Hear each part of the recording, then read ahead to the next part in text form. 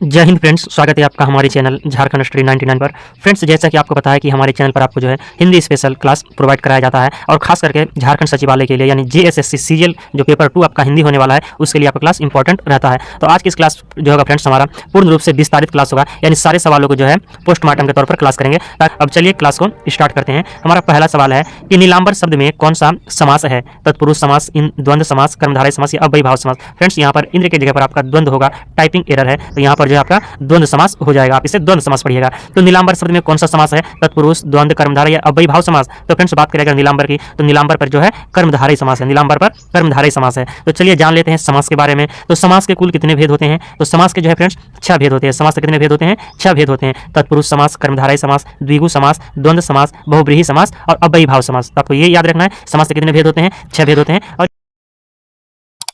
लिख दिए हैं। तो अब चलिए अगला सवाल है हमारा दूसरा सवाल कि किस शब्द में तत्पुरुष समास है, यानी कौन सा समास है जो तत्पुरुष समास का उदाहरण है? तो यहाँ पर आपके ऑप्शन दिए हैं पीताम्बर, मधुमक्खी, त्रिभुवन या दौड़ धूप। तो ये जो है फ्रेंड्स इसमें से आपका तत्पुरुष समास क्या है? तो मधुमक्खी समास। मधुमक्खी जो है आपका तत्पुरुष समास का उदाहरण है, यानी मधु के लिए मक्खी, तो उससे तत्पुरुष समास। जान लेते हैं फ्रेंड्स कि तत्पुरुष समास किसे कहते हैं।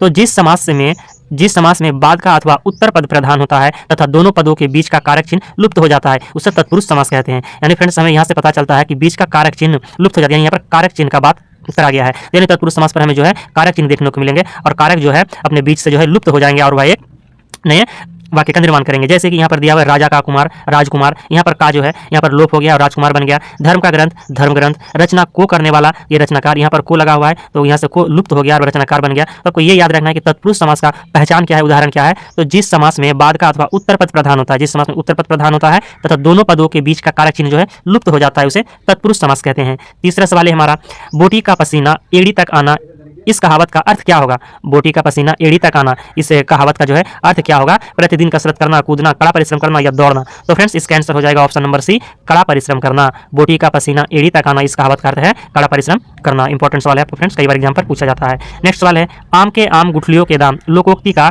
सही अर्थ क्या है? नुकसान होना, दोहरा लाभ, चालाक होना या धनवान होना। फ्रेंड्स यहाँ पर जो आपका दोहरा लाभ की जगह पर रह सकता है कि दूना लाभ होना। क्या हो जाएगा? दूना लाभ होना। तो इसका आंसर जो है राइट आंसर है दोहरा लाभ होना, यानी दूना लाभ होना। आम के आम और गुठलियों के दाम, इस लोकोक्ति का अर्थ है दोहरा लाभ होना। तो फ्रेंड्स यहाँ जान लेते हैं कि लोकोक्ति किसे कहते हैं। तो यहाँ पर आचार्य भोलानाथ तिवारी के अनुसार, हमारे जो आचार्य रहे विद्वान रहे हैं भोलानाथ तिवारी, तो इसके अनुसार जो है विभिन्न प्रकार के अनुभवों, पौराणिक तथा ऐतिहासिक व्यक्तियों एवं कथाओं, प्राकृतिक नियमों एवं लोक विश्वास आदि पर आधारित चुटीला, सारगर्भित, सजीव, संक्षिप्त, लोक प्रचलित ऐसी उक्तियों को लोकोक्ति कहते हैं जिनका प्रयोग बात की पुष्टि या विरोध, सीख तथा भविष्य कथन आदि के लिए किया जाता है। तो इसे क्या कहेंगे? लोकोक्ति कहेंगे। यह जो उदाहरण दिया गया किसने दिया है, किस विद्वान ने दिया है? तो आचार्य भोलानाथ तिवारी के अनुसार। अब फ्रेंड्स लोकोक्ति तो समझ में आ गया, अब मुहावरा को भी जान लेते हैं क्योंकि यह जो है एक दूसरे से मिलता जुलता रहता है। तो मुहावरों में जो है, मुहावरों में वाक्य अनुसार परिवर्तन होता है। मुहावरा पर क्या होता है? वाक्य के अनुसार परिवर्तन होता है। मुहावरा सामान्यतः एक वाक्यांश होता है जिसके रूप में लिंग, वचन व क्रियापद कारक के अनुसार परिवर्तन आता है। लोकोक्तियां अपने आप में एक पूर्ण वाक्य होती है। प्रयोग के बाद भी इनमें व्याकरण के नियमों तथा लिंग, वचन आदि के अनुसार कोई अंतर नहीं होता है। यानी मुहावरा पर जो है आपके नियम के अनुसार तथा या लिंग, वचन, क्रिया आदि के अनुसार कोई अंतर नहीं होता है, उसे आप मुहावरा कहेंगे। और जबकि आपको लोकोक्ति का पता चल गया कि यह जो है व्यक्ति तथा कथाओं से लिया गया, यानी व्यक्ति विशेष पर जो है प्रचलित होता है लोकोक्ति। तो ये आपको याद रखने पॉइंट। अब पांचवा सवाल की ओर चलते हैं। हमारा पांचवा सवाल है, निम्नलिखित में से कौन सा शब्द व्यक्तिवाचक संज्ञा नहीं है? याद रखें यहाँ पर नेगेटिव कहा गया है, यानी व्यक्तिवाचक संज्ञा नहीं है। कौन सा जो व्यक्तिवाचक संज्ञा नहीं है? तो डोंगर, ऑप्शन नंबर डी जो है राइट आंसर हो जाएगा। डोंगर जो है आपका व्यक्तिवाचक संज्ञा नहीं है, जबकि गजमार, दहला, समारोह ये सभी क्या है? व्यक्तिवाचक संज्ञा है। अब बात हो रही है फ्रेंड्स संज्ञा की, तो जान लेते हैं कि संज्ञा क्या है। तो जिन शब्दों से किसी विशेष व्यक्ति, स्थान, वस्तु के नाम का बोध हो, यानी जिस शब्द से जो किसी व्यक्ति, वस्तु या स्थान का, वस्तु का बोध हो, उसे व्यक्तिवाचक संज्ञा कहेंगे। व्यक्तिवाचक संज्ञा किसे कहते हैं? जिन शब्दों से किसी विशेष व्यक्ति का बोध हो, स्थान अथवा वस्तु के नाम का बोध हो, उसे व्यक्तिवाचक संज्ञा कहते हैं। जैसे जयपुर, दिल्ली, भारत, रामायण, अमेरिका, राम, श्याम, अफ्रीका इत्यादि, ये सभी क्या है? ये व्यक्तिवाचक संज्ञा का उदाहरण है। नेक्स्ट सवाल है, लहर किस प्रकार की संज्ञा है? लहर जो है या किस प्रकार की संज्ञा है? समूहवाचक संज्ञा, व्यक्तिवाचक संज्ञा, जातिवाचक संज्ञा या भाववाचक संज्ञा। तो इसका आंसर हो जाएगा फ्रेंड्स लहर जो है एक जगह का नाम है और जितनी भी जगह है वो क्या है? व्यक्तिवाचक संज्ञा। Option number B right answer हो जाएगा। लहर किस प्रकार की संज्ञा है? तो व्यक्तिवाचक संज्ञा है। लहर व्यक्तिवाचक संज्ञा है। नेक्स्ट सवाल है, कोई गाना गा रहा है, वाक्य में सर्वनाम को पहचानिए। कोई जो है गाना गा रहा है, इसमें कौन सा वाक्य फ्रेंड्स। अगर बात करें फ्रेंड्स ऊपर वाले सवाल की, और यहाँ पर पूछा गया है कि लहर किस प्रकार की संज्ञा है, तो व्यक्तिवाचक संज्ञा। तो फ्रेंड्स आपको टोटल ये भी याद रखना है कि संज्ञा कितने प्रकार के होते हैं, तो संज्ञा जो है 5 प्रकार के होते हैं। व्यक्तिवाचक संज्ञा, जातिवाचक संज्ञा, भाववाचक संज्ञा, समूहवाचक संज्ञा, और एक जो हमारा संज्ञा होता है वो है द्रव्यवाचक संज्ञा। तो आपको ये पॉइंट भी याद रखना है। तो आपको 5 संज्ञा के नाम याद रखना है, याद नहीं तो आप याद कर लीजिएगा अच्छी तरह से। तो क्या हो गया, समूहवाचक संज्ञा, व्यक्तिवाचक संज्ञा, जातिवाचक संज्ञा, भाववाचक संज्ञा और द्रव्यवाचक संज्ञा। संज्ञा 5 प्रकार, यानी 5 प्रकार के संज्ञा होते हैं। नेक्स्ट सवाल है, कोई गाना गा रहा है, वाक्य में सर्वनाम पहचानिए। कोई जो है गाना गा रहा है, इसमें किस प्रकार का सर्वनाम है, प्रश्नवाचक सर्वनाम, निश्चयवाचक, अनिश्चयवाचक या संबंधवाचक। तो फ्रेंड्स इसका आंसर हो जाएगा अनिश्चयवाचक सर्वनाम, क्योंकि कोई गाना गा रहा है, कोई वर्ड जो है यहाँ पर कोई जो है या निश्चय नहीं है कितने व्यक्ति हैं, या यहाँ पर निश्चित बात नहीं हो रहा है, इसलिए अनिश्चयवाचक सर्वनाम का उदाहरण है। कोई गाना गा रहा है, यहाँ पर सर्वनाम हो गया अनिश्चयवाचक सर्वनाम। बात करें फ्रेंड्स सर्वनाम की, तो हिंदी में कुल जो है 11 सर्वनाम है। हिंदी में कितने सर्वनाम है, 11 सर्वनाम है। जैसे मैं, तू, आप, यह, वह, जो, सो, कोई, कुछ, कौन और क्या, ये जो टोटल जो है 11 प्रकार के सर्वनाम है। सर्वनाम किसे कहेंगे, जो संज्ञा के बदले आए उन्हें सर्वनाम कहते हैं। संज्ञा के बदले जो आते हैं उन्हें क्या कहते हैं, सर्वनाम कहते हैं। अगला सवाल है हमारा, मैं तुमसे टेलीफोन पर बात करूंगा। इस वाक्य में टेलीफोन पर किस कारक में प्रयुक्त पद है। इस कारक में जो है इस टेलीफोन पर जो है ये हो गया आपका रेखांकित पद, यहाँ पर रेखांकित होगा। तो टेलीफोन पर जो लगा हुआ है ना, ये किस कारक में प्रयुक्त पद है इसमें, तो इसमें जो है अधिकरण कारक प्रयुक्त हुआ है। अधिकरण का चिन्ह होता है फ्रेंड्स आपका, कारक चिन्ह होता है में और पर। अधिकरण का जो कारक चिन्ह क्या हो जाएंगे, में और पर। तो आपको याद रखना है, अधिकरण कारक का जो प्रतीक चिन्ह होता है में और पर होता है।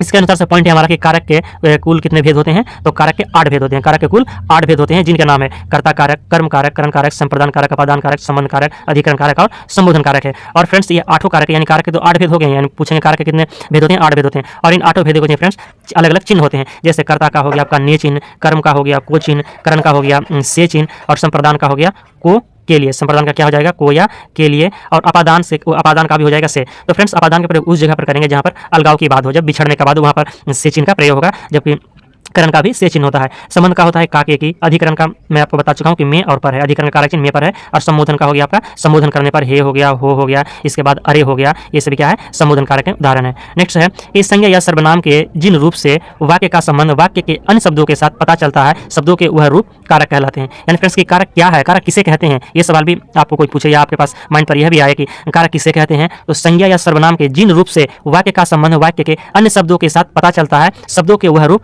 कारक कहलाते हैं, और शब्द का वह रूप क्या कहलाएगा, कारक कहलाएगा। नेक्स्ट है, नेक्स्ट सवाल है हमारा यहाँ पर जो है कि यहाँ पर जो है, यहाँ पर फ्रेंड्स पत्ते हो जाएगा, पत्ते पेड़ से गिरा, या आपका जो है फल हो जाएगा यहाँ पर। तो यहाँ पर टाइपिंग एरर हो गया है। तो यहाँ पर आपको पढ़ना है कि पेड़ से पत्ते गिरा, ठीक है, या आम जो है पेड़ से गिरा, यहाँ पर फल पेड़ से गिरा, फल पकड़ लीजिए। तो फल पेड़ से गिरा में कौन सा कारक है, तो फ्रेंड्स जैसा कि मैं ऊपर बता चुका हूँ, जब अलगाव की बात हो और यहाँ पर से चिन्ह हो तो वहाँ पर अपादान कारक चिन्ह लगेंगे।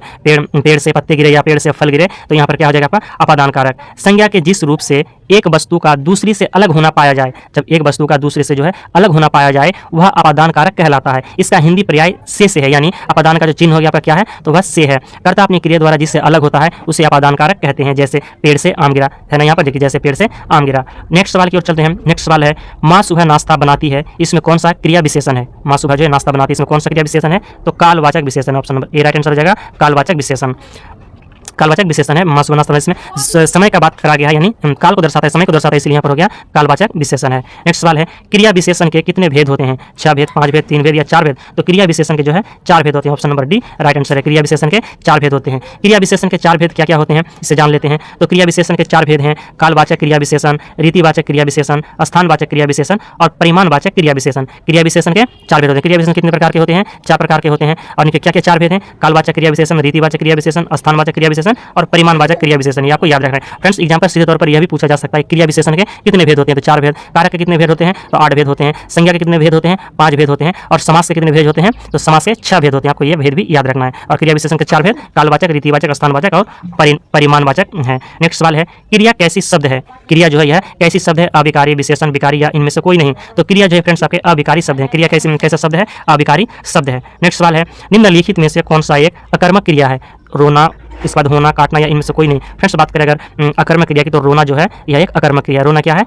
अकर्मक क्रिया है। तो अकर्मक क्रिया से समझ फ्रेंड्स इंपॉर्टेंट फैक्ट्स क्या है, इसे जान लेते हैं। तो अकर्मक क्रिया वह क्रिया है जिसके लिए किसी प्रत्यक्ष वस्तु की आवश्यकता नहीं होती है। अकर्मक क्रिया जो है वैसी क्रिया है जिसके लिए किसी प्रत्यक्ष वस्तु की आवश्यकता नहीं होती है। और अकर्मक क्रियाओं के कुछ उदाहरण है, जीना, रोना, हंसना, खड़ा होना और प्रतीक्षा करना। ये जो है आपके अकर्मक क्रिया का उदाहरण है। कि इनमें से किसको संविधान की 8वीं अनुसूची में सम्मिलित नहीं किया गया, यहाँ पर फ्रेंड्स नहीं कहा गया है, असमिया, डोंगरी, मैथिली या ब्रज। तो फ्रेंड्स बात करें अगर संविधान की 8वीं अनुसूची में जो सम्मिलित भाषा है, तो कुल 22 भाषाएं हैं, और इसमें से जो है ब्रज भाषा को सम्मिलित नहीं किया गया, जबकि असमिया को, डोंगरी और मैथिली को सम्मिलित किया गया है। है। तो 8वीं अनुसूची में कौन कौन सा भाषा शामिल है इन्हें देख लेते हैं। तो संविधान की 8वीं अनुसूची में सम्मिलित 22 भाषाएं शामिल हैं। कितने भाषा शामिल है? 22 भाषा। आप देख सकते हैं यहाँ पर 22 भाषाओं का नाम निम्नलिखित है। तो हमारा जो 22वां है फ्रेंड्स वह संथाली है। और बात करें फ्रेंड्स अगर संथाली की, तो 2004 में जोड़ा गया है बोडो, डोंगरी, मैथिली और संथाली। संविधान की 8वीं अनुसूची में जो हमारा 22 भाषाएं शामिल है, तो 2004 पर जो है 4 भाषा को जोड़ा गया है। तो वो 4 भाषा क्या क्या है, तो आप ये याद रखना है आपको। जो 4 भाषाएं बोडो, डोंगरी, मैथिली और संथाली, ये याद रखना है, बोडो, डोंगरी, मैथिली और संथाली, BDMS, इन्हें जो है 2004 पर जोड़ा गया है। एग्जाम पर इस तरह के सवाल पूछे जाते हैं फ्रेंड्स की 2004 पे जो है किस भाषा को नहीं जोड़ा गया है। आपको ऑप्शन पर 3 भाषा यहाँ से दिए रहेंगे, बोडो, डोंगरी, मैथिली, और एक आपका जो है अलग से दिया हुआ रहेगा। तो आपको ये पॉइंट याद रखना है। 2004 पर जो है 22 भाषाओं में से 4 को जोड़ा गया है। 2004 पर जोड़ा गया है 4 भाषाओं को, बोडो, डोंगरी, मैथिली और संथाली को। 16वां सवाल है, आदि काल में किस कवि ने अवहट भाषा में रचना की है? आदि काल की अगर बात करें तो आदि काल पे जो किस कवि ने अवहट भाषा में रचना की है? तो अब्दुल रहमान।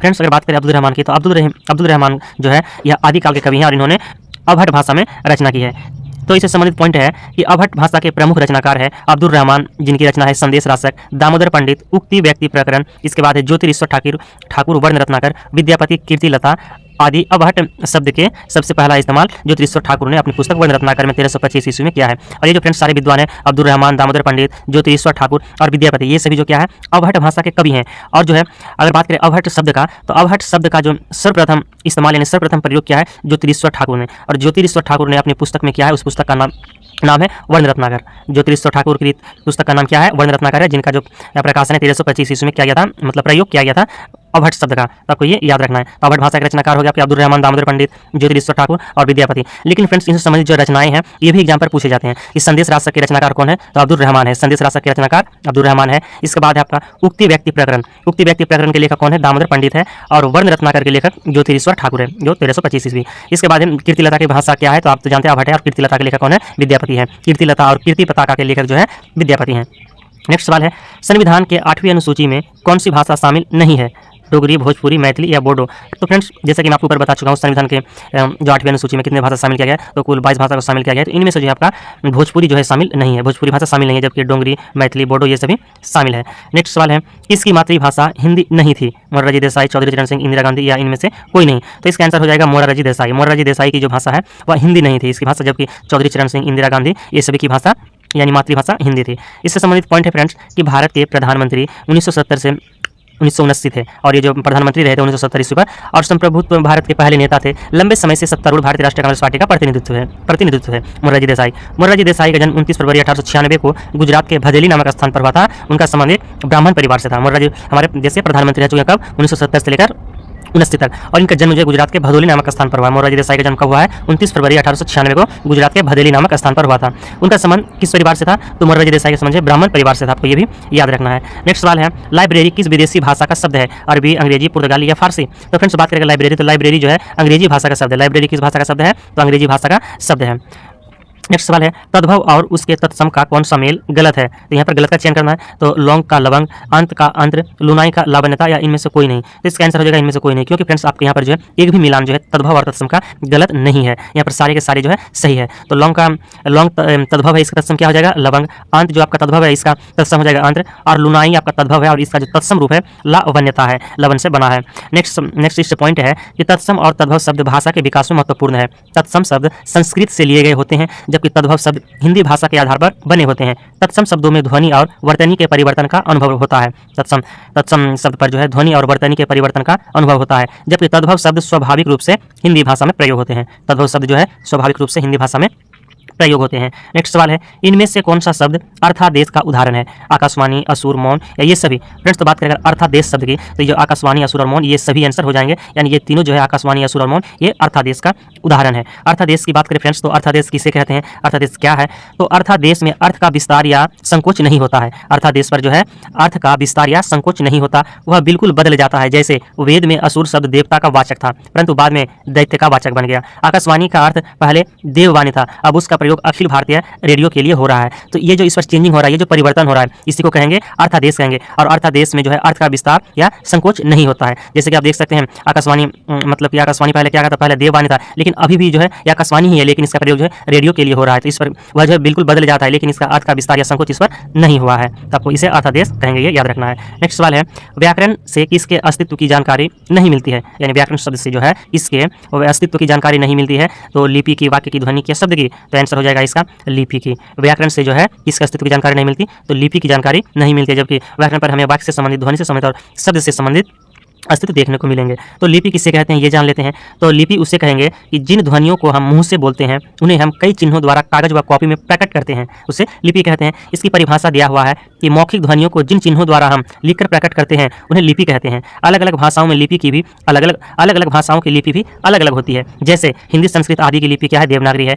एग्जाम पर पूछा गया सवाल है, हिंदी की लिपि क्या है? देवनागरी है। और संस्कृत का भी देवनागरी है, जबकि अंग्रेजी की लिपि क्या है? तो रोमन लिपि है। आपको ये पॉइंट भी याद रखने हैं। अगले सवाल की ओर चलते हैं। अगला सवाल है जय हनुमान ज्ञान गुण सागर जय कपीस तिह लोक उजागर, इसमें कौन सा अलंकार का प्रयोग किया गया है? तो इस पर जो फ्रेंड्स अनुप्रास अलंकार का प्रयोग किया गया है। ये जो जय हनुमान ज्ञान गुण सागर जय कपीस तिह लोक उजागर, इसमें अलंकार की बात करते हैं, इस पर अनुप्रास अलंकार का प्रयोग किया गया है। अनुप्रास अलंकार आप किसे कहते हैं ये जान लेते हैं। तो अनुप्रास अलंकार क्या है या किसे कहते हैं? अनुप्रास अलंकार का अर्थ क्या है? तो अनुप्रास का अर्थ है दोहराना, जहाँ कारण उत्पन्न होता है, अर्थात काव्य में जहाँ एक ही अक्षर की आवृत्ति बार बार होती है। क्या कहा गया है कि काव्य में जहाँ एक ही अक्षर की आवृत्ति बार बार होती है वहाँ अनुप्रास अलंकार होता है। जब किसी काव्य पंक्ति में कोई वर्ण की जब किसी काव्य में या कोई वर्ण की भी आवृत्ति बार बार होती है उसे अनुप्रास अलंकार कहेंगे। जैसे तरनी, तनुजा, तट, तमाल, तरुवर, बहुछाए। इस पर देख सकते हैं फ्रेंड्स, यहाँ पर किसी का जब किसी काव्य में जो है वर्ण की आवृत्ति होती है, जैसे यहाँ पर देखो त वर्ण का, यहाँ भी त वर्ण का, यहाँ भी त, यहाँ भी त, यानी त वर्ण का बहुत ही आवृत्ति हुआ है। तो जहाँ पर आवृत्ति होंगे वहाँ पर क्या होगा? अनुप्रास अलंकार होगा। नेक्स्ट सवाल है चरर मरर खुल गए अरर स्वस्थ फूटों में कौन सा अलंकार है? तो इस पर भी जो है अनुप्रास अलंकार है। अनुप्रास अलंकार क्यों है? क्योंकि यहाँ पर जो है एक ही शब्द की यहाँ पर र वर्ण की यानी चरर, फिर मरर, खुल गए, फिर अरर, यहाँ पर र वर्ण की जो है आवृत्ति हुई है सर्वाधिक बार, इसलिए ये भी जो है अनुप्रास अलंकार के उदाहरण है। नेक्स्ट सवाल है साहित्य को मिथ्या अनुकृति मानता है अरस्तु, प्लेटो, इलियट या क्रोच? तो साहित्य को मिथ्या अनुकृति मानता है प्लेटो महोदय। कभी प्लेटो जो है साहित्य को मिथ्या अनुकृति मानता है। तो बात हो रही है प्लेटो की, तो प्लेटो जो है, प्लेटो जिसका वास्तविक नाम एरिस्टोकल्स था, प्लेटो का वास्तविक नाम क्या था? एरिस्टोकल्स था। और इसका प्लेटो का जन्म 428 ईस्वी और 423 ईसा पूर्व के बीच एथेंस या एजिना पे हुआ था। प्लेटो का जन्म कहाँ पर हुआ? एथेंस में हुआ। एथेंस जो है यूनान की राजधानी, आपको ये याद रखना। एथेंस कहाँ पर है? तो यूनान देश है, यूनान की राजधानी है एथेंस। एथेंस में या एजिना में हुआ था। वह एक कुलीन और प्रभावशाली परिवार का सदस्य था। प्लेटो जो है कुलीन परिवार का सदस्य था और प्रभावशाली परिवार का सदस्य था। बात करें उसका जन्म की तो 428 से या 423 ईसा पूर्व के बीच में माना जाता है, ऐसे मान्यता है। और इसका आपको इंपॉर्टेंट है कि उसका वास्तविक नाम आपको याद रखना है। प्लेटो का वास्तविक नाम क्या था? तो एरिस्टोटल्स था। नेक्स्ट सवाल की ओर चलते हैं। नेक्स्ट सवाल है दी बेस्टलैंड कविता किसकी है? तो दी बेस्टलैंड कविता जो है इलियट की है। दी बेस्टलैंड कविता वेरी इंपॉर्टेंट सवाल एग्जाम पर सीधे तौर पर पूछे जाते हैं कि दी बेस्टलैंड कविता जो है या ये रचना है, इसके लिए रचनाकार कौन है? तो टी.एस. एलियट है। बात करें अगर एलियट की तो थॉमस एस्टर्न एलियट। एलियट का पूरा नाम क्या है? टी.एस. एलियट, यानी टी.एस. एलियट कहते हैं ना, तो इसका पूरा नाम होता है थॉमस एस्टर्न एलियट ओम। इसका जो जन्म है 26 सितंबर 1888 में हुआ है। और इनका देहावसान की बात करें तो 4 जनवरी 1965 ईस्वी को एक कवि, निबंधकार, प्रकाशक, नाटककार, साहित्यिक आलोचक और संपादक थे। तब ये सारे पॉइंट आपको याद रखना है। नेक्स्ट सवाल है पल्लवन में वाक्य संरचना किस प्रकार की होनी चाहिए? फ्रेंड्स हमारा साहित्य का एक भाग है पल्लवन। तो पल्लवन पे जो है यानी रचना, अगर आप व्याकरण का अध्ययन करेंगे तो आपको पता चलेगा पल्लवन क्या है। तो पल्लवन में जो है वाक्य संरचना किस प्रकार की होनी चाहिए? छोटे वाक्य होना चाहिए, संयुक्त वाक्य होना चाहिए, लंबे वाक्य होना चाहिए, या इनमें से कोई नहीं? तो फ्रेंड्स पल्लवन पर जो है, इस पर जो है आपके छोटे वाक्य रहते हैं। पल्लवन पर क्या होते हैं? छोटे वाक्य आपको देखने को मिलेंगे, यानी बहुत लंबा चौड़ा नहीं देखने को मिलता। तो पल्लवन पर वाक्य संरचना किस प्रकार की होनी चाहिए? छोटे वाक्य, संयुक्त, लंबे वाक्य, या इनसे कोई नहीं। और पल्लवन पर जो फ्रेंड्स आपके सरल वाक्य होने चाहिए, न कि बहुत ही पेचीदा वर्ड होना चाहिए। इस पर सरल वाक्य होना चाहिए पल्लवन पर। और एक होता है फ्रेंड्स संक्षेपण, जो कि पल्लवन से उल्टा होता है संक्षेपण। तो संक्षेपण को जो है संक्षेप में बताया जाता है वर्णन करके, यानी उसमें जो है 1/3 भाग को लिखा जाता है संक्षेपण में। लेकिन पल्लवन पर जो है थोड़ा सा विस्तार करके लिखा जाता है, लेकिन अधिक विस्तार नहीं। और इस पर जो है इसके वाक्य सरल होते हैं और छोटे भी होते हैं।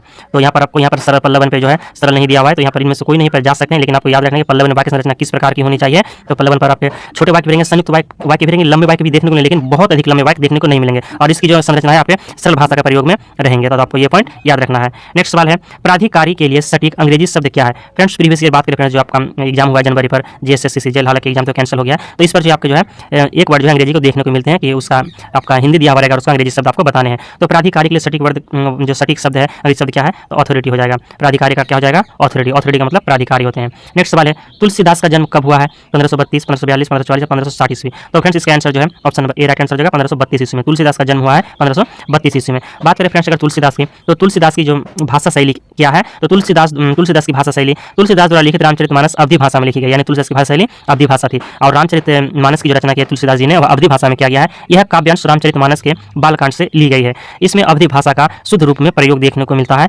तुलसीदास ने इसमें दोहा, छंद, चौपाई का बहुत ही सुंदर प्रयोग किया है। तुलसीदास जी ने किस से प्रयोग किया है? अपने दोहा, इसके बाद छंद, चौपाई का बहुत ही सुंदर प्रयोग किया गया है। तो आपको ये याद रखने तुलसीदास से संबंधित। अगला है नेक्स्ट वाले हमारा कबीर के गुरु कौन थे? संत कबीर के गुरु कौन थे? रामानंद सागर, गुरुमानंद या गुरु रामानंद स्वामी चरितानंद। तो फ्रेंड्स यहाँ पर इजी सवाल आपको मालूम ही होगा कि कबीर के गुरु का नाम क्या था। फ्रेंड्स आप हमारे वीडियो के प्लेलिस्ट पर जाकर जो है कबीर से संबंधित जितने भी थ्योरी क्लास और ऑब्जेक्टिव एमसीक्यू टेस्ट है वो सारे आप देख सकते हैं हमारे प्लेलिस्ट में जाकर। तो यहाँ पर कहा गया सवाल है कि कबीर के गुरु कौन थे? तो गुरु रामानंद। कबीर के गुरु का नाम क्या था? तो गुरु रामानंद थे। संत कबीर कबीरदास का जन्म 15वीं शताब्दी के मध्य में काशी वाराणसी उत्तर प्रदेश में हुआ है। 15वीं शताब्दी में अगर ईस्वी की बात करें तो कबीरदास का जो जन्म हुआ है वह 1498 ईस्वी में हुआ। कबीरदास का जन्म 1498 और नहीं फ्रेंड्स यहाँ पर 1398 कबीरदास का जो जन्म हुआ है 1398 ईस्वी पर और इसके बाद जो है मृत्यु जो है इसके 1518 ईस्वी पर ऐसा आपको देखने को मिलेंगे कहीं पर। लेकिन ये भी जो फ्रेंड्स विवाद पर आधारित है, कहीं कहीं पर जो है इनके जन्म अलग देखने को मिलते हैं। आपको याद रखना है कि संत कबीरदास का जन्म कब हुआ तो 15वीं शताब्दी के मध्य में काशी वाराणसी उत्तर प्रदेश में हुआ। फ्रेंड्स अगर आपको इसका एग्जैक्ट आंसर पता होगा तो आप कमेंट बॉक्स में बता सकते हैं कि कबीरदास का जो है जन्म कब हुआ है, आपको कमेंट बॉक्स में बताना है। नेक्स्ट सवाल है हमारा, उद्धव गोपियों को कौन सा संदेश देता है? उद्धव जो है गोपियों को, साहित्य फ्रेंड्स आपका जो झारखंड से वाला पेपर टू हिंदी स्पेशल जो क्लास हुआ है उस पर आपको इसके बारे में सवाल अच्छी तरह से मतलब देखने को मिलेंगे, आप वहाँ पर वीडियो देख सकते हैं। लेकिन यहाँ पर उद्धव गोपियों जो हमारा चैप्टर का है इस पर जो उद्धव गोपियों को कौन सा संदेश देता है, इसका आंसर हो जाएगा योग साधना का। उद्धव जो है गोपियों को योग साधना का संदेश देता है। प्रति नदी में कौन सा अलंकार है? अनुप्रास अलंकार, रूपक अलंकार, उपमा अलंकार या यमक अलंकार? तो फ्रेंड्स अगर बात करें प्रति नदी की तो इस पर जो है रूपक अलंकार है। कौन सा अलंकार है? प्रति नदी में रूपक अलंकार है। तो फ्रेंड्स ये जान लेते हैं कि अलंकार क्या है या अलंकार किसे कहते हैं। तो अलंकार जो है फ्रेंड्स, अलंकार शब्द आलम धातु से बना है। अलंकार शब्द जो है किससे बना है? आलम धातु से बना है, जिसका अर्थ है आभूषण। अलंकार का क्या अर्थ है? तो आभूषण। जिस प्रकार स्वर्ण आदि के आभूषणों से शरीर की शोभा बढ़ती है उसी प्रकार काव्य जो है अलंकारों से काव्य की, उसी प्रकार जो है अलंकार से काव्य की शोभा बढ़ती है। संस्कृत के अलंकार संप्रदाय के प्रतिष्ठापक आचार्य दंडी के शब्दों में काव्य शोभा कारण धर्मन अलंकरण प्रत्यक्षते, ये जो है ये दंडी के अनुसार जो है ये आपका किया गया है कि काव्य की शोभा बढ़ाने वाली जो है वह अलंकार होते हैं। किसके अनुसार? तो आचार्य दंडी के शब्दों में है जो अलंकार संप्रदाय के प्रतिष्ठापक है। तो सवाल फ्रेंड्स एग्जाम पर यह भी सवाल आ सकता है कि अलंकार संप्रदाय के प्रतिष्ठापक कौन है? तो आचार्य दंडी है और इन्हीं के शब्दों पर जो ये कथन है कि काव्य शोभा कारण धर्मन अलंकरण प्रत्यक्षते। अगला पॉइंट है हमारा कि काव्य के शोभा कारक धर्म या गुण अलंकार कहलाते हैं। काव्य के शोभा कारक धर्म या गुण अलंकार कहलाते हैं। हिंदी के कवि केशवदास एक अलंकारवादी कवि हैं।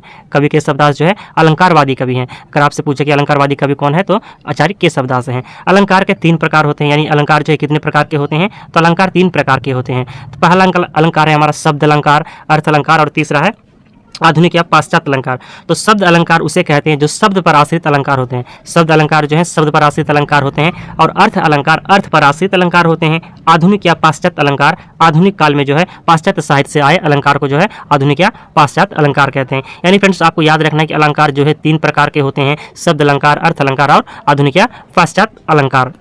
नेक्स्ट सवाल है हमारा, तुलसीदास के माता का नाम क्या था? हुलसी, इरावती, तुलसी या इनमें से कोई नहीं? तो फ्रेंड्स बात करें अगर तुलसीदास की तो तुलसीदास के माता का नाम जो है हुलसी देवी था। तुलसीदास के पिता का नाम क्या था? हुलसी देवी था। तुलसीदास का जो जन्म हुआ है 1532 ईस्वी पर हुआ है और निधन जो है 1623 ईस्वी पर हुआ है। तुलसीदास का जन्म कब हुआ है? 1532 ईस्वी में और इनका निधन जो है 1623 ईस्वी पर हुआ है। नेक्स्ट सवाल है हमारा, या मुरलीधर की अधारन धरी अधरा न धरोंगी में अलंकार है। या मुरलीधर यहाँ पर धर होता, तो या मुरलीधर की अधरान धरी अधरा न धरोंगी में अलंकार है तो उत्प्रेक्षा अलंकार है। इस पर जो है उत्प्रेक्षा अलंकार है। फ्रेंड्स 3 अलंकार के जो कई सारे भाग होते हैं तो उसी पर जो है एक है उत्प्रेक्षा अलंकार, यमक अलंकार, उपमा अलंकार, श्लेष अलंकार, ये सभी अलंकार के प्रकार है। आगे के वीडियो पर जो फ्रेंड्स विश्लेषण से जानेंगे। तो उपमेय या उपमान की संभावना किस पर रहती है या उपमा अलंकार किसे कहते हैं इसे देख लेते हैं। यहाँ पर कहा गया है कि उत्प्रेक्षा अलंकार की बात हुआ है तो उत्प्रेक्षा अलंकार किसे कहते हैं?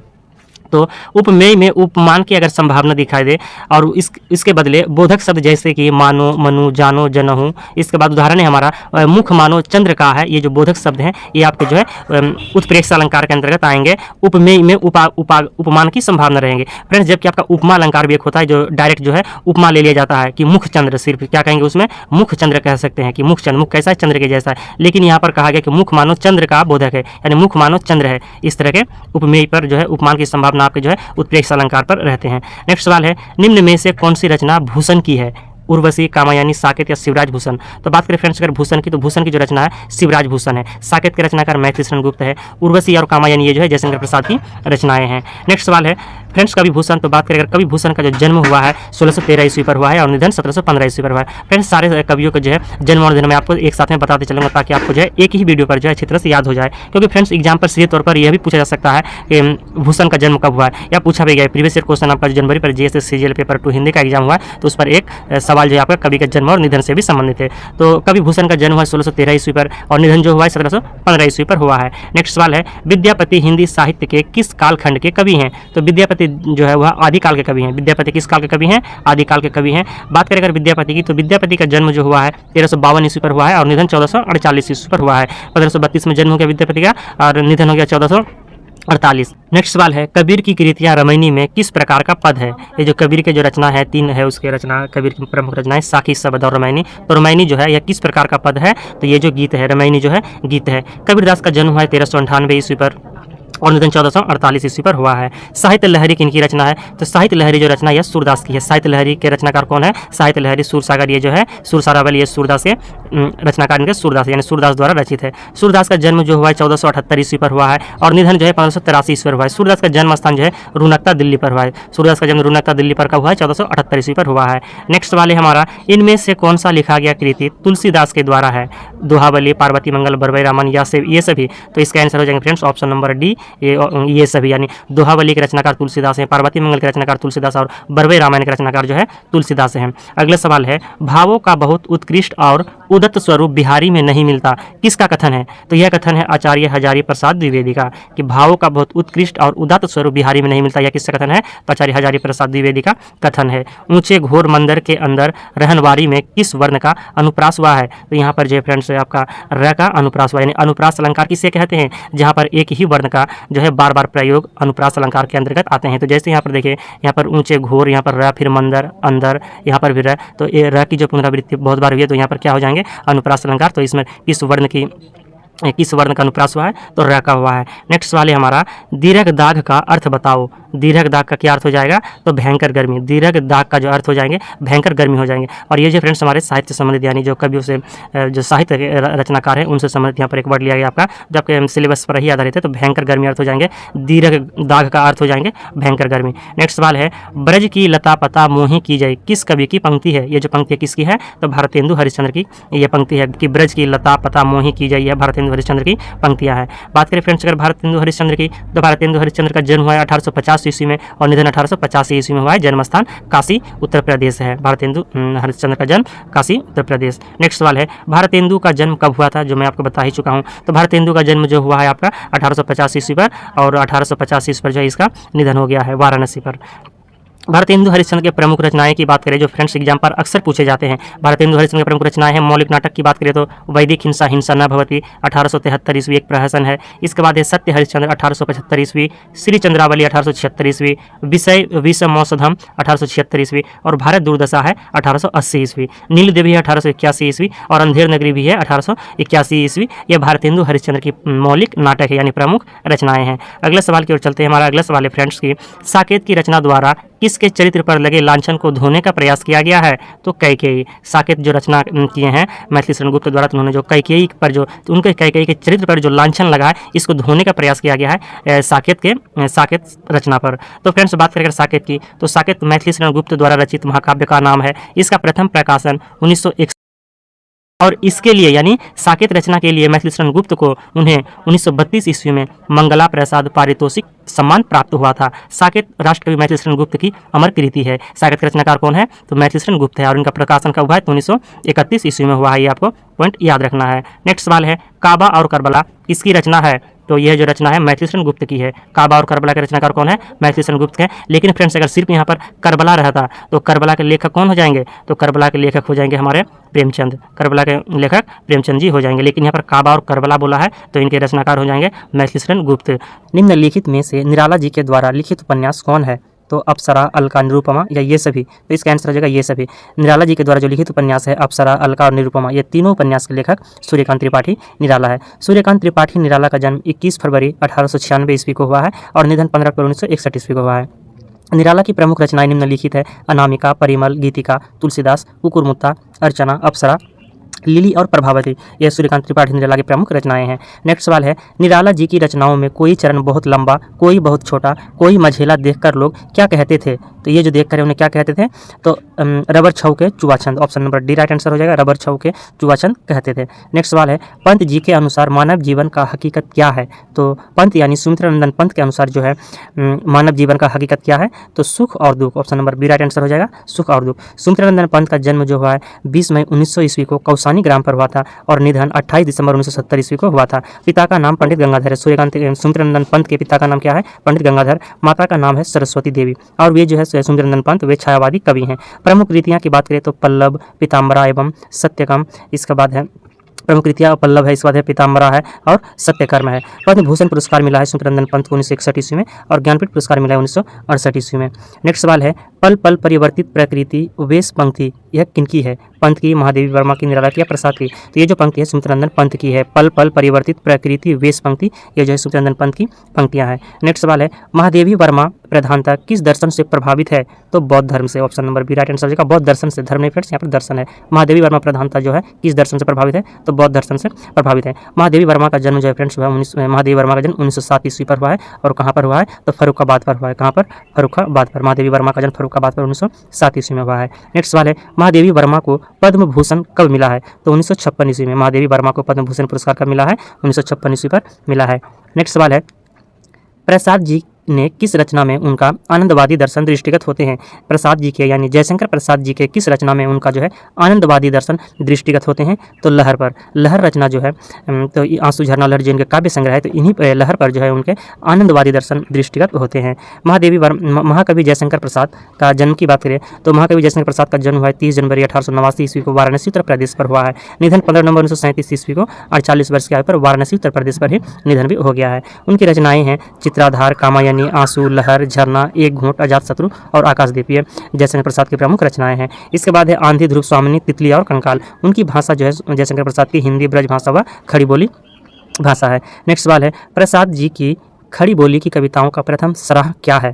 तो ये जो है Kanan Kusum, option number C right answer हो जाएगा, कानन कुसुम। प्रसाद की खड़ी बोली की कविताओं का प्रथम जो संग्रह है तो वह है कानन कुसुम है।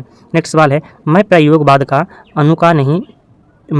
का अनुकाव्य नहीं पिछलग्गू हूँ, कथन किसका है? मैं जो है प्रयोगवाद का अनुकाव्य नहीं बल्कि पिछलग्गू हूँ, यह कथन किसका है? यह रामधारी सिंह दिनकर का कथन है, option number A right answer हो जाएगा। नेक्स्ट सवाल है, दिनकर जी का जन्मस्थली कहाँ है? तो मुंगेर के सिमरिया गांव पर रामधारी सिंह दिनकर का जो है जन्म हुआ है। दिनकर जी का जन्म कब हुआ है? तो मुंगेर के सिमरिया गांव पर हुआ है। नेक्स्ट सवाल है, आचार्य नंद दुलारे वाजपेयी ने प्रयोगशील कवियों को प्रयोगवादी कहा, जिसका घोर विरोध किसने किया है? जिसका घोर विरोध किया है अज्ञेय ने, option number C right answer हो जाएगा, अज्ञेय। अज्ञेय का जो जन्म हुआ है 1911 ईस्वी में हुआ है। अज्ञेय का जन्म कब हुआ है? तो 1911 ईस्वी में।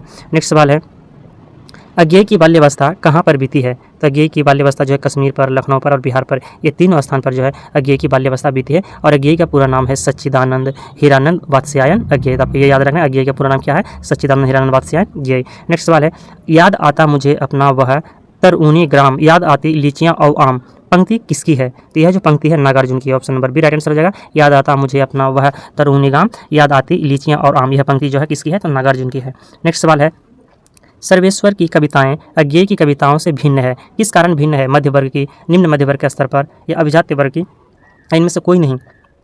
तो इसका आंसर हो जाएगा सर्वेश्वर की कविताएं अज्ञेय कविताओं से भिन्न है अभिजात्य वर्ग के कारण, option number C right answer हो जाएगा, अभिजात्य वर्ग। शब्द किस तरह कविता बनते हैं? अक्षरों के बीच गिरे हुए। उपर्युक्त पंक्तियां धूमिल की किस कविता से लिया गया है? तो लोहे का स्वाद। लोहे का स्वाद कविता के रचनाकार है कवि धूमिल और इन्हीं कविता से जो है लोहे का स्वाद कविता से जो है यह पंक्तियां लिया गया है कि शब्द किस तरह कविता बनते हैं अक्षरों के बीच घिरे हुए। तो यह धूमिल की कविता लोहे का स्वाद से लिया गया पंक्ति है। नेक्स्ट सवाल है, नागार्जुन ने प्रस्तुत पद्यांश में देश की किस स्थिति का चित्रण किया है? तो त्रासदी का। नागार्जुन जो है अपने प्रस्तुत गद्यांश में जो है देश की त्रासदी का चित्रण किया है। नागार्जुन का अन्य नाम वैद्यनाथ मिश्र है, यानी नागार्जुन का जो वास्तविक नाम क्या था? वैद्यनाथ मिश्र है। जन्म स्थान सतलखा गांव बिहार पर 1911 ईस्वी पर नागार्जुन का जन्म है 1911 ईस्वी पर और मृत्यु जो है 1998 ईस्वी पर हो गया है। साहित्य अकादमी पुरस्कार से पुरस्कृत किया गया था 1968 में मैथिल काव्य संग्रह पत्रहीन नग्नगाछ के लिए साहित्य अकादमी पुरस्कार प्राप्त हुआ है। तो साहित्य अकादमी पुरस्कार कब प्राप्त हुआ है? 1968 में मैथिल काव्य संग्रह, और ये जो है पत्रहीन नग्नगाछ ये मैथिल काव्य संग्रह है और पत्रहीन नग्नगाछ काव्य संग्रह के लिए ही नागार्जुन को 1968 ईस्वी में साहित्य अकादमी पुरस्कार प्राप्त हुआ है और यह एक मैथिली काव्य संग्रह है। नेक्स्ट सवाल है, निम्नलिखित में से कौन सा नाटक सर्वेश्वर दयाल सक्सेना की है? तो उपयुक्त सभी, गरीबी हटाओ, बकरी और लड़ाई, ये तीनों जो है नाटक जो है सर्वेश्वर दयाल सक्सेना की है। धूमिल किस पद पर काम करते थे? तो धूमिल जो है पासिंग अफसर, option number B right answer हो जाएगा। कवि धूमिल जो किस पद पर काम करते थे? तो पासिंग अफसर के पद पर काम करते थे। मुंशी प्रेमचंद किस काल के साहित्यकार हैं? तो आधुनिक काल के। मुंशी प्रेमचंद किस काल के साहित्यकार हैं? तो आधुनिक काल के साहित्यकार हैं। नेक्स्ट सवाल है, किसके गीत से प्रभावित होकर बावन दास स्वराज संघर्ष में कूद पड़ा है? तो तनुक लाल के जो है गीत से प्रभावित होकर बावन दास स्वराज संघर्ष पर कूद पड़े हैं। नेक्स्ट सवाल है, श्री लाल शुक्ल के अनुसार शिक्षा पद्धति क्या है? तो रास्ते में पड़ी हुई कुतिया है, option number C right answer हो जाएगा। जब आप राग दरबारी उपन्यास का अध्ययन करेंगे तो राग दरबारी उपन्यास पर जो है श्री लाल शुक्ल के अनुसार जो शिक्षा पद्धति रास्ते में पड़ी हुई कुतिया के समान है। नेक्स्ट सवाल है, होरी का सबसे बड़ा सपना क्या था? तो होरी का सबसे बड़ा सपना था एक पछाई गाय खरीदने की। यहाँ पर पछाई होगा, पछाई। तो होरी का जो सपना था एक पछाई गाय खरीदने की, जो गोदान उपन्यास से लिया गया है। नेक्स्ट सवाल है, नागा साधु को गांजा किसने दिया था? तो लरसिंह दास ने, option number A right answer हो जाएगा। नागा साधु को गांजा किसने दिया है? तो लरसिंह दास ने दिया है। श्री लाल शुक्ल ने राग दरबारी उपन्यास में किस व्यंग्यात्मक को प्रस्तुत किया है? श्री लाल शुक्ल ने राग दरबारी उपन्यास में किस व्यंग्यात्मक को प्रस्तुत किया है? तो भारतीय व्यवस्था को, ऑप्शन ए राइट आंसर हो जाएगा, भारतीय व्यवस्था को। नेक्स्ट सवाल है, निम्न में से कौन लड़की के वेश में है? तो आशा जो है यह लड़की के वेश में है। नेक्स्ट सवाल है हमारा, ध्रुव स्वामी नाटक का अस्थायी भाव क्या है? तो उत्साह है। ध्रुव स्वामी नाटक जो है इनके जो इस नाटक का अस्थायी भाव क्या है? तो उत्साह है। नेक्स्ट सवाल है, नाटक आधे अधूरे में छोटी लड़की का क्या नाम था? तो किन्नी। छोटी लड़की का नाम, आधे अधूरे नाटक में छोटी लड़की का नाम किन्नी था और बड़ी लड़की का नाम बिन्नी था। नेक्स्ट सवाल है हमारा, भारत को अपनी दुर्दशा देखकर किसकी याद आती है? और ये जो पंक्ति है फ्रेंड्स, ये भारत दुर्दशा नाटक से लिया गया है, जिनके लेखक जो है आपके भारतेंदु हरिश्चंद्र हैं। तो भारत को जो है अपनी दुर्दशा देखकर किसकी याद आती है? तो दुर्योधन की, option number D right answer हो जाएगा, दुर्योधन की याद आती है। सकराज की हत्या किसने की है? ध्रुव स्वामी नाटक के अनुसार जो है यह कथन लिया गया है। सकराज कैरेक्टर है ध्रुव स्वामी नाटक से, तो सकराज की हत्या किसने की है? तो चंद्रगुप्त ने की है। सकराज की हत्या चंद्रगुप्त ने की है। लहरों के राजहंस किनके द्वारा रचित नाटक है? यानी लहरों के राजहंस नाटक के लेखक कौन है? तो मोहन राकेश आंसर हो जाएंगे। लहरों के राजहंस के लेखक कौन है? मोहन राकेश हैं। नेक्स्ट सवाल है, वे अब भागता है कि नहीं? अब भागता है कि नहीं?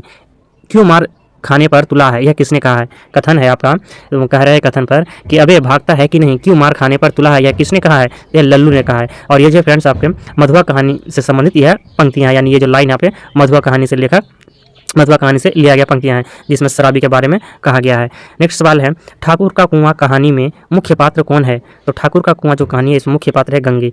ठाकुर का कुआं कहानी के मुख्य पात्र कौन है? तो गंगी है। नेक्स्ट सवाल है, कहानी के अनुसार कितने महल है नीलम देश की राजकन्या पे? नीलम देश की राजकन्या जो कहानी है तो इसमें कितने महल का वर्णन किया गया है? तो 3 महल का उल्लेख किया गया है। तो नीलम देश की राजकन्या में कितने महल का वर्णन किया गया है? कितने महल है? तो 3 है। नेक्स्ट सवाल है, परिंदे शीर्षक कहानी की कथानायिका नीला लिफाफा किसके सिरहाने रख देती है? तो जूली के सिरहाने रख देती है। परिंदे शीर्षक कहानी की जो कथानायिका है वह जो है नीला लिफाफा किसके सिरहाने रख देती है? जूली के सिरहाने रख देती है। नेक्स्ट सवाल है, सेठ दीवानचंद क्या थे? सेठ दीवानचंद क्या थे? तो करोल बाग के प्रसिद्ध बिजनेसमैन। दिल्ली पे एक मौत कहानी से संबंधित ये जो कैरेक्टर है सेठ दीवानचंद, और जो करोल बाग का बिजनेसमैन थे सेठ दीवानचंद, तो दिल्ली में एक मौत कहानी से यह पंक्तियाँ लिया गया कैरेक्टर है, यानी चरित्र है सेठ दीवानचंद।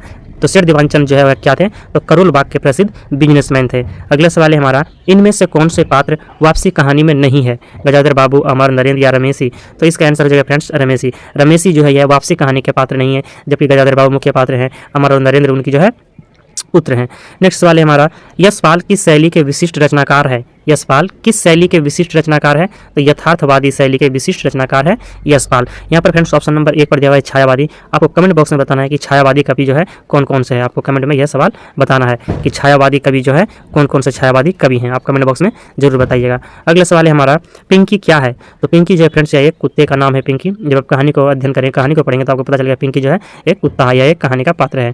तो आप हमारे जो है फ्रेंड्स एक कहानी का भी जो प्ले लिस्ट बना हुआ है सारे GSSC CGL पेपर 2 हिंदी पे जितने भी सिलेबस पर आपके कवि हैं और कहानी है उन सारे जो है प्ले लिस्ट बना हुआ है, सारे वीडियो आपको हमारे प्ले लिस्ट पर मिल जाएगा। वहाँ पर जो है सारे सवाल थ्योरी क्लास ऑब्जेक्टिव क्लास को देख सकते हैं। तो पिंकी क्या है? तो एक कुत्ते का नाम है। नेक्स्ट सवाल है, आई लव द स्नोफॉल यह कथन किसका है? आई लव द स्नोफॉल यह कथन किसका है? तो मिस लतिका का है। आई लव द स्नोफॉल यह किसका कथन है? मिस लतिका का। राजा निर्बंसिया किस वर्ष प्रकाशित हुआ है? तो 1957 ईस्वी पर राजा निर्बंसिया का प्रकाशन कब हुआ है? 1957 ईस्वी में। नेक्स्ट सवाल है, उन्होंने अनुभव किया कि वह पत्नी व बच्चों के लिए केवल धनोपार्जन के निमित्त मात्र है। इस कथन में जो है कौन सा भाव है, तो यह पश्चाताप का भाव है। अंत में जो है उन्हें याद आता है कहानी के अनुसार कि वह अनुभव क्या कि अंत में वह पत्नी व बच्चों के केवल धनोपार्जन के निमित्त पात्र है। इस कथन से जो पश्चाताप का भाव है, और ये जो है गजाधर बाबू से संबंधित है, जो वापसी कहानी के कैरेक्टर हैं। नेक्स्ट सवाल है, उर्दू में बागी पत्रिका कैसी थी, तो उर्दू में जो बागी पत्रिका है यह राजनीतिक से संबंधित थी। उर्दू में बागी, पहला सवाल तो बन रहा है कि बागी पत्रिका जो है किस भाषा में थी, तो उर्दू में, और जो किससे संबंधित थी, तो राजनीति से संबंधित थी। अगला सवाल है, मोहन राकेश की कहानियों का पहला संग्रह कौन सा था, तो इंसान के खंडहर। इंसान के खंडहर जो है मोहन राकेश की कहानी का पहला कहानी संग्रह है, यानी मोहन राकेश का पहला कहानी संग्रह का नाम क्या है, इंसान के खंडहर है। इनमें से कौन सी कहानियाँ चरित्र प्रधान है, आकाशदीप, मधुआ, प्रतिध्वनि, आंधी। तो यहाँ पर जो मधुआ कहानी है जिनके लेखक जयशंकर प्रसाद है, तो मधुआ कहानी जो है एक चरित्र प्रधान कहानी है। नेक्स्ट सवाल है, प्रेमचंद की प्रथम कहानी संग्रह क्या था, तो प्रेमचंद की प्रथम कहानी संग्रह सोजे वतन था। पंच परमेश्वर के भी रचनाकार जो है प्रेमचंद है, तो आपको लेकिन यहाँ पर पूछा गया है कि प्रेमचंद की प्रथम कहानी संग्रह क्या है, तो सोजे वतन है। अगला सवाल है, जैनेन्द्र कुमार रचनाकार हैं, जैनेन्द्र कुमार रचनाकार हैं, यथार्थवादी, मनोविश्लेषणवादी, आदर्शवादी या इनमें से कोई नहीं, तो जैनेन्द्र कुमार जो है मनोविश्लेषणवादी रचनाकार है। जैनेन्द्र कुमार मनोविश्लेषणवादी रचनाकार है। अगला सवाल है, आल्हा खंड का दूसरा नाम क्या है। वेरी वेरी इंपॉर्टेंट सवाल फ्रेंड्स, एग्जाम पर कई बार पूछा जा चुका है। आल्हा खंड का दूसरा नाम क्या है, तो परमाद रासो। आल्हा खंड का दूसरा नाम परमाद रासो है। नेक्स्ट सवाल है, परमात्मा प्रकाश के रचनाकार कौन है, तो परमात्मा प्रकाश के रचनाकार है योगेंद्र, जिसे जोयुंदू भी कहते हैं। परमात्मा प्रकाश के रचनाकार कौन है, तो योगेंद्र है। अगला सवाल है, निर्गुण भक्ति काव्य धारा में उदासी संप्रदाय के प्रवर्तक कौन है, तो श्रीचंद है। निर्गुण भक्ति काव्य धारा में उदासी संप्रदाय के प्रवर्तक श्रीचंद है। नेक्स्ट सवाल है, समभंगी रचना किसकी है, सबभंगी रचना जो है यह किसकी है, तो रज्जब की है। सबभंगी रचना किसकी है, रज्जब की है। नेक्स्ट सवाल है, शेखर एक जीवनी किस प्रकार का जो है कहानी है। शेखर एक जीवनी, शेखर एक जीवनी जो कहानी है, तो यह जो है शेखर का चरित्र मूलतः किस प्रकार का है। यहाँ पर टाइपिंग एरर है फ्रेंड्स, कि शेखर एक जीवनी, ये शेखर का चरित्र जो है मूलतः किस प्रकार का है, तो संत प्रकार का है। शेखर एक जीवनी पर जो है शेखर का चरित्र रहता है वह संत व्यक्ति रहते हैं, शांत प्रकार का उसका चरित्र है। जॉर्ज पंचम की नाग कहानी के लेखक कौन है, तो कमलेश्वर है। जॉर्ज पंचम की नाग कहानी के लेखक कमलेश्वर है। अगला सवाल है हमारा और आज का फ्रेंड्स अंतिम सवाल, कामरेड का कोट कहानी के लेखक कौन है, तो कामरेड का कोट कहानी के लेखक है श्रीजय। कामरेड का कोट कहानी के लेखक श्रीजय है।